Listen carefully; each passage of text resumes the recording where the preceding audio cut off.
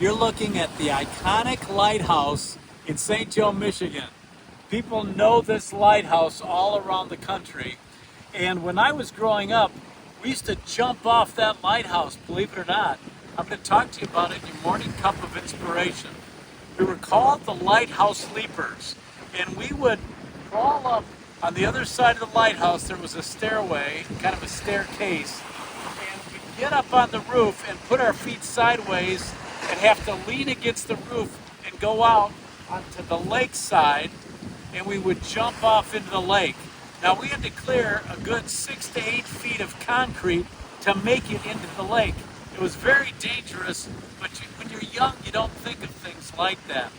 Since I've moved back, I've discovered that when they built this pier, they put all the excess concrete in the bottom of the lake right here at the base of the lighthouse. People have told me that if we would have been any heavier than we were in junior high, we could have gone down deep and really hurt ourselves, if not killed ourselves. And you know, we didn't know what was below the surface. And in our spiritual life, we don't know that either.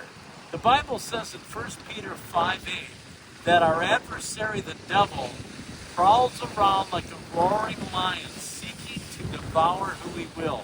You know, if we're not vigilant, if we don't stay close to Jesus, who is our lighthouse, who shows us the way in life, then we can be easily swayed by the devil. I think of how he traps people with addictions when people are young, with the lust of the flesh, and things that can control them, and many lives are ruined, dashed, just like we would have been if we would have gone down too far off of the lighthouse.